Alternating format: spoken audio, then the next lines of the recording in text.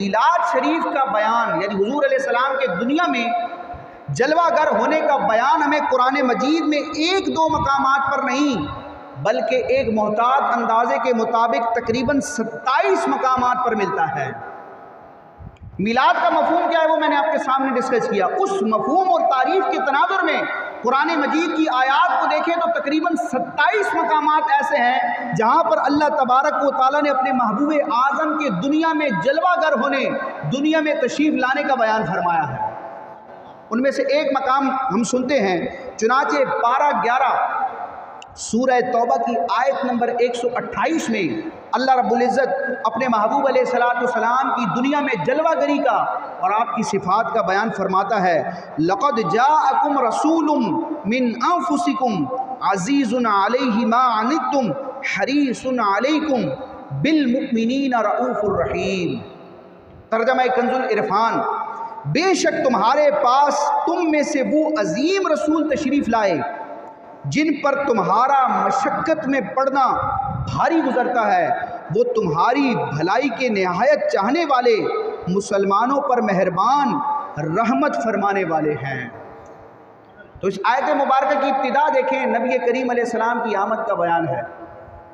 لقد جاءکم رسول، تحقیق تمہارے پاس تمہیں میں سے ایک رسول آئے۔ یہ نبی کریم علیہ السلام کی دنیا میں جلوہ گری کا واضح طور پر ہمیں اس آیت مبارکہ میں بیان ملتا ہے۔ تو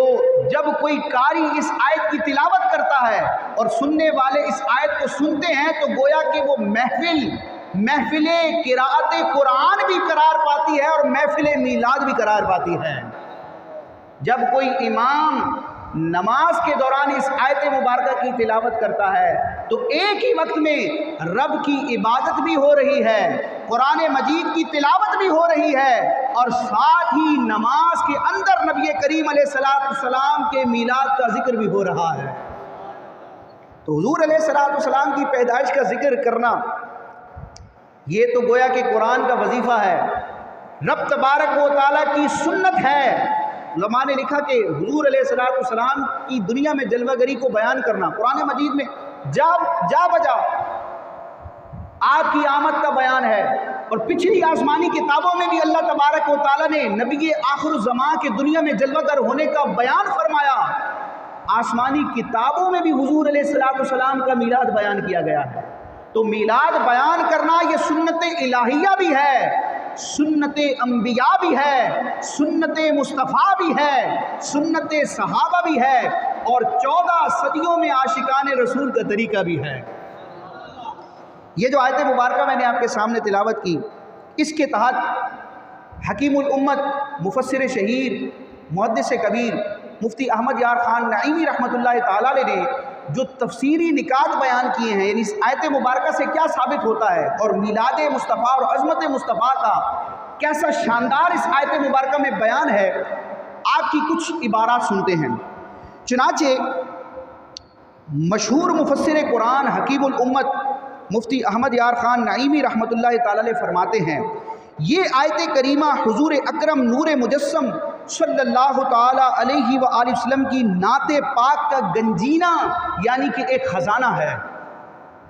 اس آیت میں آپ علیہ السلام کا میلاد ارشاد ہوا۔ اس میں ذرا غور فرمائیے، پیارے آقا علیہ السلام کا دنیا میں آنا سب جانتے تھے، یعنی جب یہ آیت مبارکہ نازل ہو رہی تھی، آپ علیہ السلام کے سینے اتھر پر ان آیات کا نزول ہو رہا تھا، صحابہ کرام موجود تھے، سارا عرب جانتا تھا کہ محمد عربی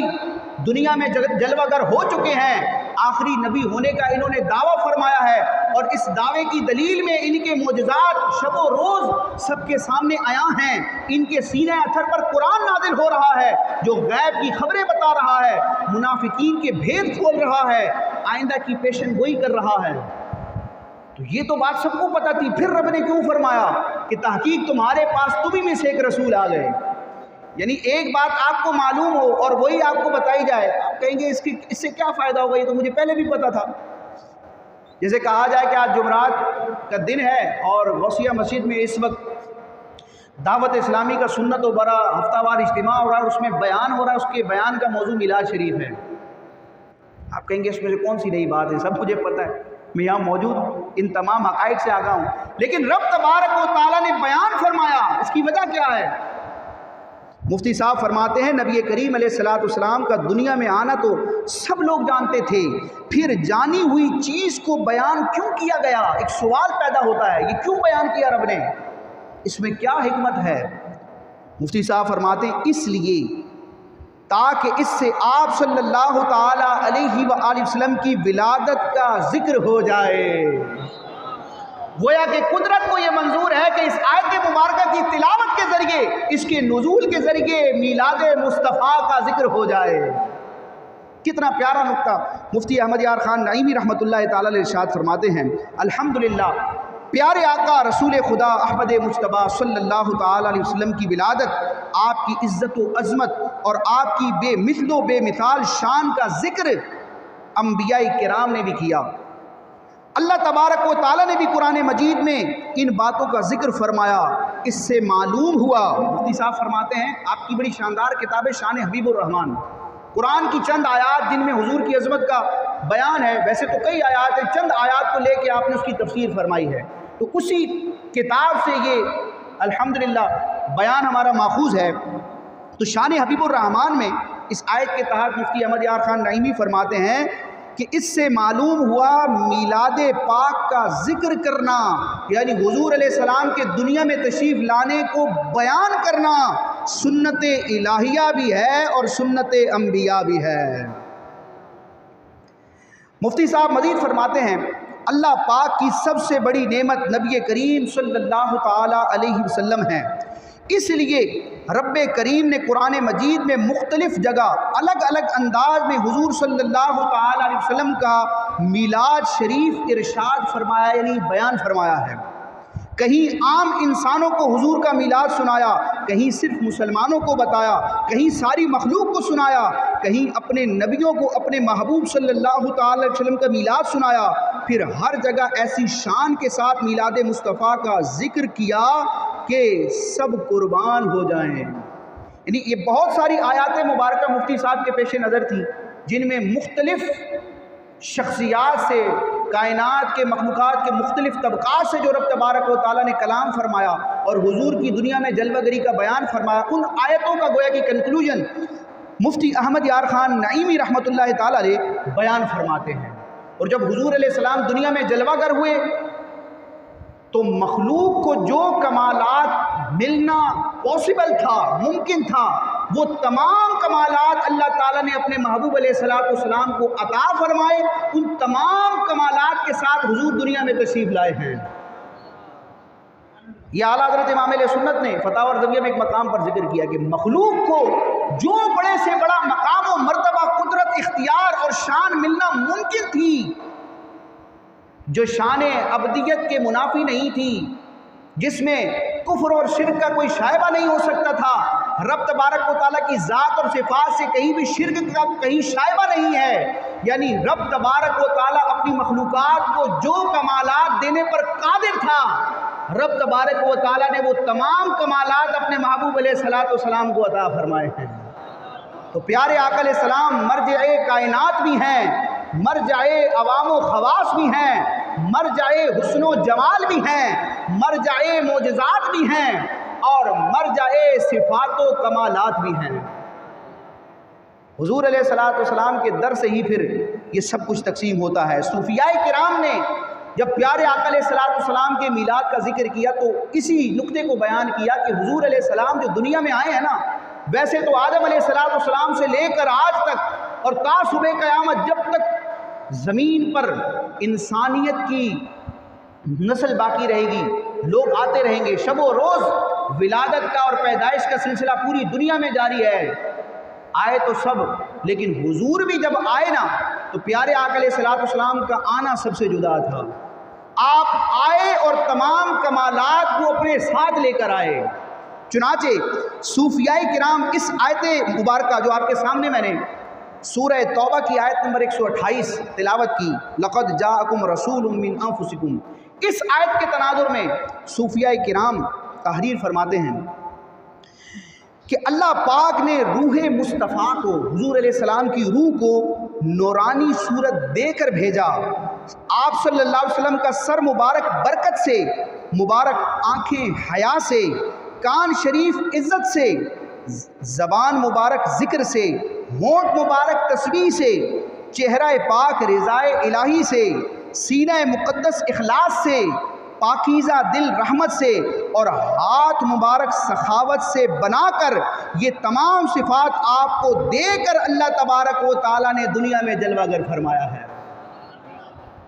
یہ مختصر انداز میں صوفیاء کرام نے حضور علیہ السلام کی عظمت کا، آپ کے اعضاء مبارکہ کا بیان فرمایا ہے۔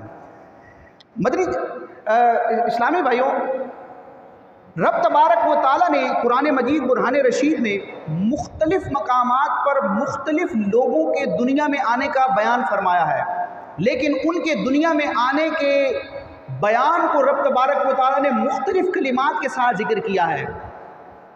اور اپنے محبوب علیہ السلام کے بھی دنیا میں جلوہ گر ہونے کو بیان کیا گیا، لیکن تمام مقامات پر ہم دیکھتے ہیں کہ جو کلمات اللہ تعالیٰ نے اپنے محبوب کی آمد کے حوالے سے ذکر فرمائے ہیں وہ کسی اور کے دنیا میں آنے کے حوالے سے بیان نہیں فرمائے۔ اس کے حوالے سے تفسیر نعیمی کے تحت یہاں چند اقتباسات موجود ہیں۔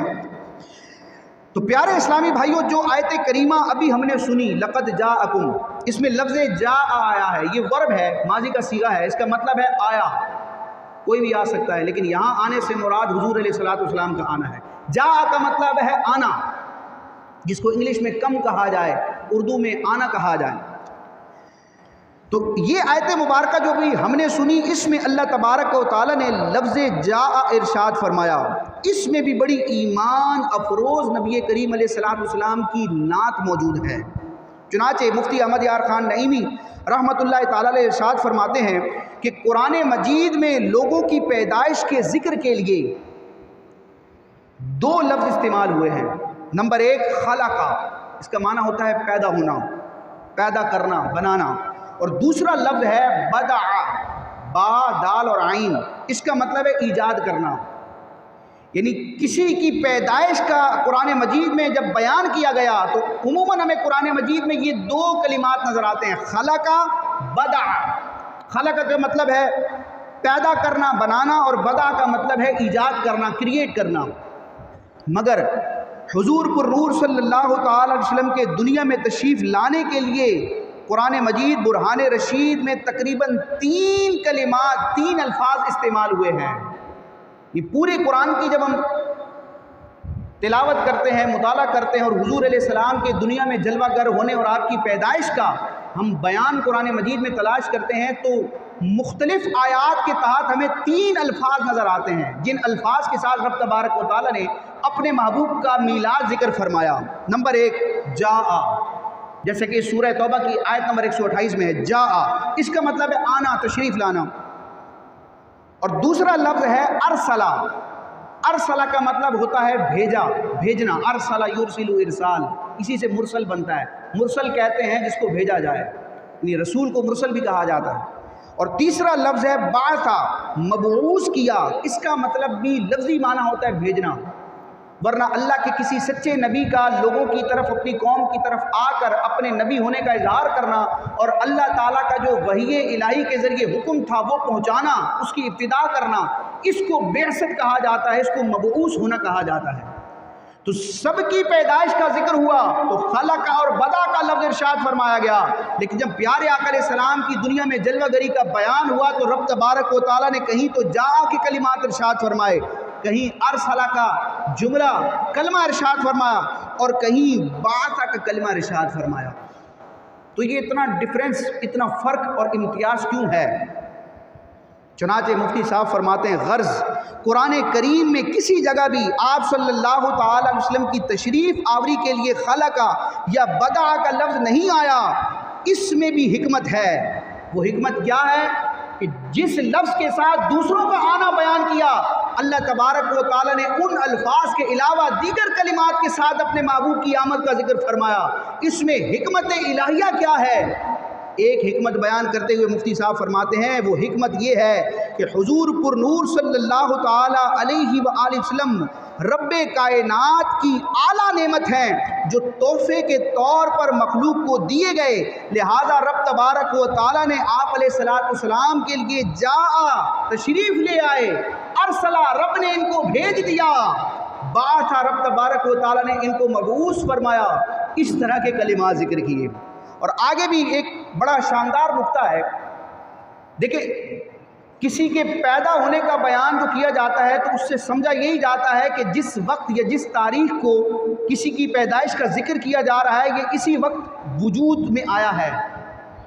کسی کی برتھ ڈے ہوتی ہے تو اس کو بیان کیا جاتا ہے، تو مطلب یہ ہے کہ اسی تاریخ وہ دنیا میں آیا، اس کا وجود اس سے پہلے دنیا میں نہیں تھا۔ تو رب تبارک و تعالی نے خلق کا کلمہ ارشاد نہیں فرمایا، بدع کا لفظ ارشاد نہیں فرمایا، بلکہ بھیجنے کا بیان کیا، حضور کے تشریف لانے کا بیان کیا کہ اے مسلمانوں تمہارے پاس حضور آ گئے، اللہ نے اپنے رسول کو بھیج دیا۔ مطلب یہ ہے کہ رب تبارک و تعالیٰ نے تمام چیزوں کی تخلیق سے پہلے اپنے محبوب علیہ السلام کو پیدا فرما دیا تھا۔ حضور علیہ السلام عالم ارواح میں بھی موجود تھے، اس کائنات میں بھی رب تبارک و تعالیٰ کی عطا سے آپ رحمت کے اعتبار سے موجود تھے۔ بس جب آپ علیہ السلام کی ظاہری ولادت ہوئی ہے تو آپ علیہ السلام کا آنا لوگوں پر ظاہر ہوا ہے۔ تو اس لیے یہ نہیں فرمایا کہ اللہ نے پیدا کیا، اللہ نے بھیجا، پیدا تو اس وقت فرما دیا تھا کہ جب یہ مخلوق موجود نہ تھی، کیونکہ حضرت جابر بن عبداللہ رضی اللہ تعالیٰ عنہ نے نبی کریم علیہ السلام سے سوال کیا تھا کہ یا رسول اللہ میرے ماں باپ آپ پر قربان ہوں، مجھے اس پہلی چیز کے بارے میں خبر دیجئے جو سب سے پہلے اللہ تبارک و تعالیٰ نے دنیا میں پیدا فرمائی، پہلی تخلیق کیا تھی رب کی؟ تو نبی کریم علیہ السلام نے ارشاد فرمایا کہ اے جابر بے شک اللہ تبارک و تعالیٰ نے اپنے نور سے تیرے نبی کے نور کو پیدا فرمایا ہے۔ تو یہ جو 12 ربیع الاول ہم میلاد کا ذکر کرتے ہیں یہ صرف ظاہری اور جسمانی طور پر حضور علیہ السلام کے دنیا میں جلوہ گر ہونے کا بیان ہے، ورنہ حضور علیہ السلام تو اس وقت بھی کائنات میں موجود تھے جب کائنات میں کسی اور کا وجود نہ تھا۔ بیان کی ابتدا میں نے ذکر کیا کہ قرآن مجید کی آیات میں بھی احادیث میں بھی میلاد کا ذکر ہے، یعنی آپ علیہ السلام نے اپنا پورا نسب بیان فرمایا اور آپ اپنے ولادت کے واقعات اور ان کیفیات کو بھی ذکر فرمایا۔ شرح السنہ کی بڑی خوبصورت روایت ہے جو مشکات شریف میں بھی ہے، سرکار فرماتے ہیں کہ میں ابراہیم علیہ السلام کی دعا ہوں، میں عیسیٰ علیہ السلام کی بشارت ہوں، اور میں اپنی والدہ کا وہ خواب ہوں جو انہوں نے میری ولادت کے وقت دیکھا۔ ولادت سے پہلے بھی حضرت آمنہ رضی اللہ تعالی عنہا کو مختلف بشارتیں دی گئی، مختلف انبیاء کرام حضرت آمنہ رضی اللہ تعالیٰ عنہ کے خواب میں تشریف لاتے رہے اور حضور علیہ السلام کی دنیا میں جلوہ گری کا مجدہ سناتے رہے، اور جب خاص ولادت مصطفیٰ کا وقت تھا اس وقت بھی اللہ تعالیٰ نے اپنے محبوب علیہ السلام کی والدہ حضرت آمنہ کے لیے مختلف قسم کی کرامتوں کا، اعزازات کا اور انوار و تجلیات کا ظہور فرمایا۔ حضور علیہ السلام خود فرماتے کہ جب میری ولادت ہوئی، جب میں دنیا میں آیا تو میری والدہ کے لیے ایک نور ظاہر ہوا، ہم کہتے ہیں نور آ گیا، تو حضور علیہ السلام خود بھی نور ہیں اور لے کر بھی نور آئے ہیں۔ بڑے پیارے کلمات ہیں، سرکار فرماتے قد خرج لہا نور، شرح السنہ کی روایت ہے، سرکار فرماتے جب میری ولادت ہوئی تو میری والدہ حضرت آمنہ کے لیے ایک نور نکلا، قد خرج لہا نور، میری والدہ کے لیے ایک نور ظاہر ہوا۔ اب ایک نور تو وہ ہوتا ہے جس کا اہتمام مخلوق کرتی ہے، یعنی بظاہر ہم لائٹنگ وغیرہ کرتے ہیں روشنی کے لیے، تو اس کی لمٹ کتنی ہوتی ہے، اس کی مدت اور اس کا دورانیہ اور اس کا گویا کہ محل وقوع کتنا ہوتا ہے۔ یعنی کہ اس مسجد کے اندر کے حصے کو آپ دیکھیں، این مسجد کو ماشاءاللہ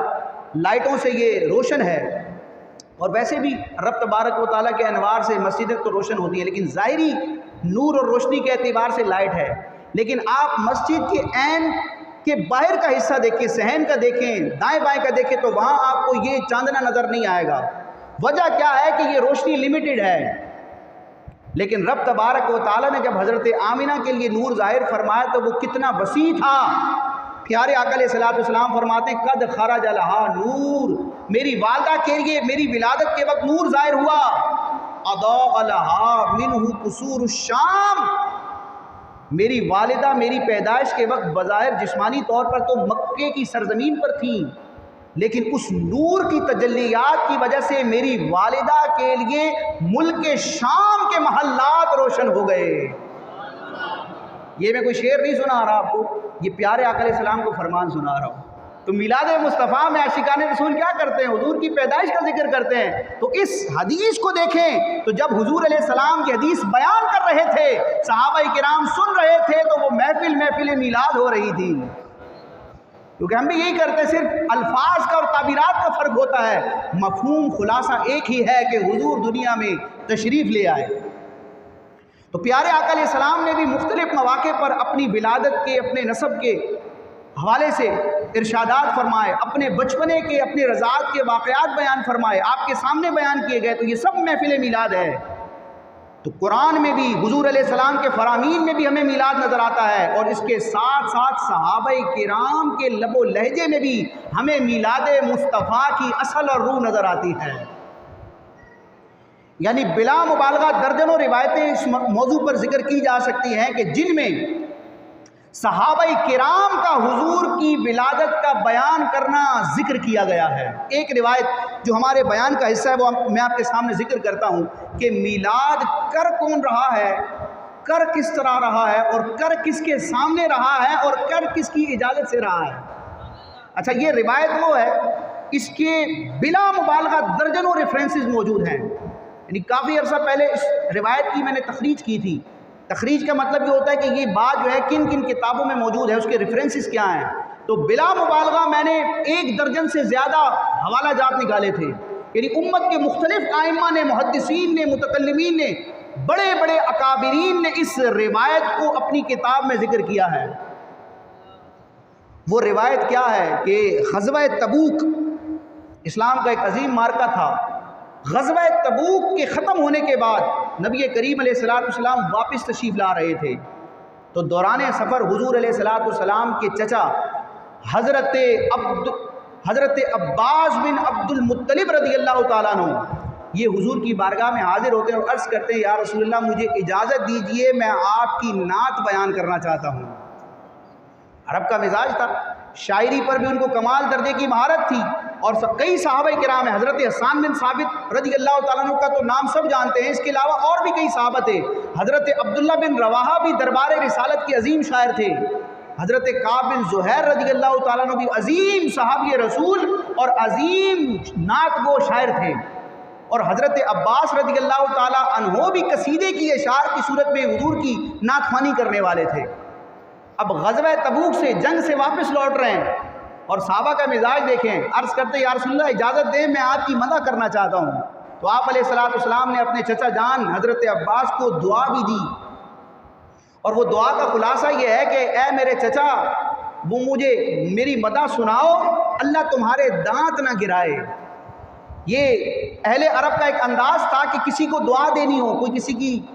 اچھی بات کر رہا ہو تو اس کو اس انداز میں دعا دی جاتی تھی کہ تم اتنی اچھی بات کر رہے ہو، اللہ تعالیٰ تمہارے دانت نہ گرائے۔ تو پیارے آقا علیہ السلام سے حضور کی نعت پڑھنے کی اجازت آپ کے صحابی، آپ کے چچا حضرت عباس بن عبد المطلب لے رہے ہیں۔ صحابہ کا مجمع ہے، پورا لشکر موجود ہے، حضور علیہ السلام دعاؤں سے بھی نواز رہے ہیں، اجازت بھی عطا فرما رہے ہیں۔ پھر حضرت عباس رضی اللہ تعالیٰ عنہ نے عربی زبان، فصیح و بلیغ زبان میں اشعار کی صورت میں ایک قصیدہ پڑھا جو پیارے آقا علیہ السلام کی عظمت و شان کے حوالے سے تھا۔ اس کے تقریباً 5 اشعار ہمارے بیان کے مضمون میں موجود ہیں، لیکن اس کے اختتامی 2 اشعار میں آپ کے سامنے ذکر کرتا ہوں، جس میں حضور علیہ السلام کی تعریف بھی ہے اور میلاد مصطفیٰ کا بیان بھی ہے۔ میلاد کا معنی آپ کو بیان کیا، میلاد کا معنی کیا ہے؟ حضور کی دنیا میں جلوہ گری کا، تشریف لانے کا بیان کرنا۔ اب دیکھیں، پیارے آقا علیہ السلام کی اجازت سے آپ کے چچا حضرت عباس رضی اللہ تعالیٰ عنہ عرب کی سرزمین پر فصیح و بلیغ زبان کے ساتھ اشعار کی صورت میں نبی کریم علیہ السلام کی کس طرح ثنا خوانی کرتے ہیں اور میلاد مصطفیٰ کی محفل سجاتے ہیں۔ اور یہ کیسی عظیم محفل تھی کہ جس کی صدارت کرنے والے خود صاحب میلاد نبی کریم علیہ الصلوۃ والسلام تھے۔ وہ پورا قصیدہ ہے، کئی اس کے اشعار ہیں، ان میں ایک شعر جس میں حضرت عباس رضی اللہ تعالیٰ عنہ نے اپنا عقیدہ بھی بیان کیا، جو کہ الحمدللہ اعلیٰ حضرت کا بھی عقیدہ ہے، اور الحمدللہ آج تک 14 صدیوں کے مسلمانوں کا صحیح العقیدہ سنی عاشقان رسول کا عقیدہ ہے۔ اس عقیدے کو حضرت عباس نے بیان کیا، حضور نے نفی نہیں کی کہ اے عباس، اے میرے چچا یہ کیا کہہ رہے ہو، اپنے دعاؤں سے نوازا، عقیدہ بھی بیان کیا، میلاد بھی کیا، حضور کی ثنا خوانی بھی کی، اور عربی زبان میں عظیم قصیدے کی ایک مثال بھی آپ نے پیش فرمائی۔ حضرت عباس رضی اللہ تعالیٰ عنہ بارگاہ رسالت میں عرض کرتے ہیں وَأَنْتَ لَمَّا وُلِدْتَ أَشْرَقَتِ الْأَرْضُ وَضَاءَتْ بِنُورِكَ الْأُفُقُ۔ فرماتے ہیں، عرض کرتے ہیں بارگاہ رسالت میں، وَأَنْتَ یا رسول اللہ آپ، لَمَّا وُلِدْتَ جب پیدا ہوئے، وَلَدَ يَلِدُ ولدتا جب آپ کی پیدائش ہوئی، تو لفظ ولدتا جو ہے اس میں میلاد کا ماخذ موجود ہے، واو لام دال جو حروف اصلیہ ہیں لفظ میلاد کے، تو ولدتا کہہ کر حضرت عباس رضی اللہ تعالیٰ عنہ حضور کی بارگاہ میں، لوگ کہتے ہیں عہد صحابہ میں میلاد کہاں تھا، تو یہ میلاد حضور علیہ الصلوۃ والسلام عہد صحابہ کیا عہد رسالت میں موجود ہے۔ وَأَنْتَ لَمَّا وُلِدْتَ یا رسول اللہ جب آپ پیدا ہوئے نا تو کیا ہوا، اشرقت الارض یہ زمین روشن ہو گئی، وضاءت اور چمک اٹھے، بنورک آپ کے نور کے ذریعے۔ تو حضرت عباس یہ عقیدہ رکھتے ہیں کہ حضور علیہ الصلوۃ والسلام اللہ کی رحمت سے کیا ہیں، نورانی بشر ہیں۔ حضور نے یہ نہیں فرمایا کہ نور تو صرف اللہ کی ذات ہے، میں تو بشر ہوں معذ اللہ۔ حضور علیہ الصلوۃ والسلام بشر بھی ہیں، نور بھی ہیں، آپ کی حقیقت نور ہے، بشریت آپ کا ایک لبادہ، آپ کی ایک صفت ہے، اور یہ ہم پر رب کا فضل ہے کہ اللہ تعالیٰ نے اپنے محبوب کو نور ہونے کے باوجود بشری صورت میں بھیجا ہے، کیونکہ پیارے آقا علیہ السلام اگر نور بن کر آتے تو پھر حضور علیہ الصلوۃ والسلام کو ظاہری طور پر نہ کوئی دیکھ سکتا تھا، نہ آپ سے فیض حاصل کر سکتا تھا، کیونکہ فرشتے جو ہیں یہ نور ہیں، نوری مخلوق ہیں، اور فرشتوں کو نبیوں کے علاوہ کوئی بھی اصل حالت میں نہیں دیکھ سکتا کیونکہ وہ نور ہیں۔ بشر کی آنکھ میں، اس کی بصارت میں اتنی طاقت نہیں ہے کہ وہ نور کا مشاہدہ کر سکے، تو یہ تو حضور کی کرم نوازی ہے کہ نور ہونے کے باوجود اپنے خاکی غلاموں کو نوازنے کے لیے بشری صورت میں آ رہے ہیں۔ وَضَاءَتْ بِنُورِكَ الْأُفُقُ یا رسول اللہ آپ کے نور کے ذریعے آسمان کے کنارے چمک اٹھے۔ تو یہ نبی کریم علیہ الصلوۃ والسلام کے میلاد کا ذکر ہے، اور میلاد کا ذکر جب کیا جاتا ہے تو عاشقان رسول تو جھومتے ہیں، لیکن شیطان کی حالت خراب ہو جاتی ہے۔ حضرت امام ابن جزری رحمۃ اللہ تعالی علیہ کا قول مجھے یاد آ رہا ہے، جو ملا علی قاری نے اپنی کتاب میں ذکر کیا کہ محفل میلاد تو حضور کی ولادت کے ذکر پر مشتمل محفلیں ہوتی ہیں، انشاءاللہ ربیع الشریف کے مہینے میں تو جا بجا ہوں گی، اور الحمدللہ فیضان مدینہ میں تو 12 دن بلکہ 12ویں کے بعد بھی 13ویں دن بھی انشاءاللہ مدنی مذاکرے کی صورت میں محفل میلاد ہوگا، پوری دنیا میں انشاءاللہ دھومیں مچیں گی، اور جشن ولادت کی دھومیں مچانے کے حوالے سے امیر اہل سنت کی ترغیبات اور دعوت اسلامی کے شعبہ جات کی خدمات اپنی مثال آپ ہیں۔ یعنی میلاد تو پہلے بھی منایا جاتا تھا، لیکن برے صغیر میں، پاک و ہند میں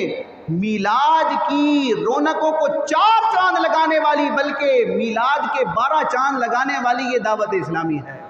الحمدللہ عید کا سماں ہوتا ہے، اللہ وہ لمحات نصیب فرمائے، ان کی برکات ہمیں نصیب فرمائے۔ تو امام ابن جزری فرماتے ہیں کہ میلاد جب محفل میلاد کی جاتی ہے نا تو شیطان ذلیل و خوار ہوتا ہے،